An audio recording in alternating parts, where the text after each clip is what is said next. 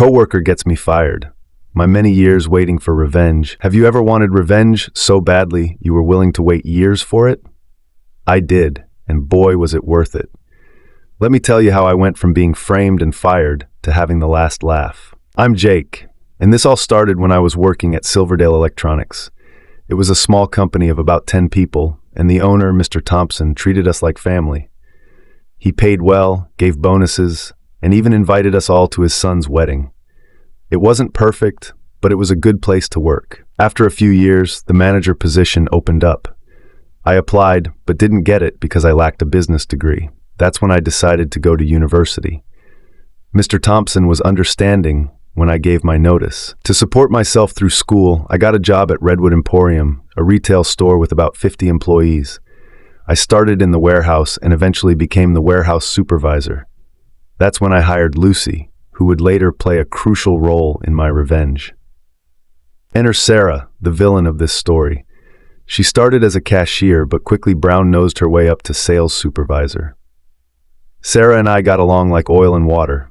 She constantly badmouthed me, took credit for my ideas, and tried to get me in trouble with management. One day, an expensive ring set worth over $5,000 came in. Following our usual procedure, I took it to the office to be put in the safe. Sarah was the only one available with the combination.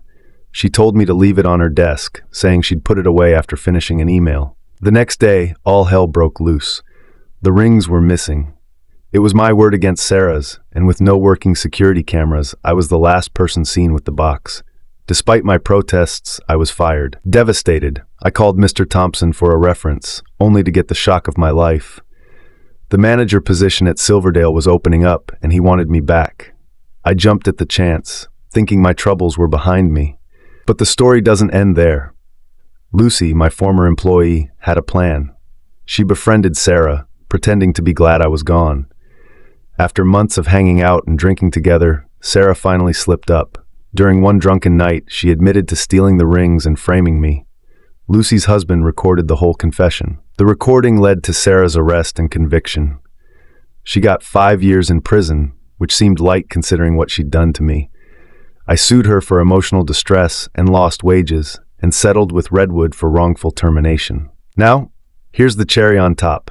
Years later, I'm reviewing resumes for a position at Silverdale. Guess whose application lands on my desk? Sarah's. I couldn't resist inviting her for an interview. You should have seen her face when she walked in and saw me sitting there. I smiled and said, "Ah, Sarah, how are you? Remember me?" She went white as a sheet. I looked at her resume and simply said, "I'm sorry, I don't think you'll be a good fit for our company. Thank you for applying." She left without saying a word. Revenge might be a dish best served cold, but in that moment, it tasted pretty damn sweet.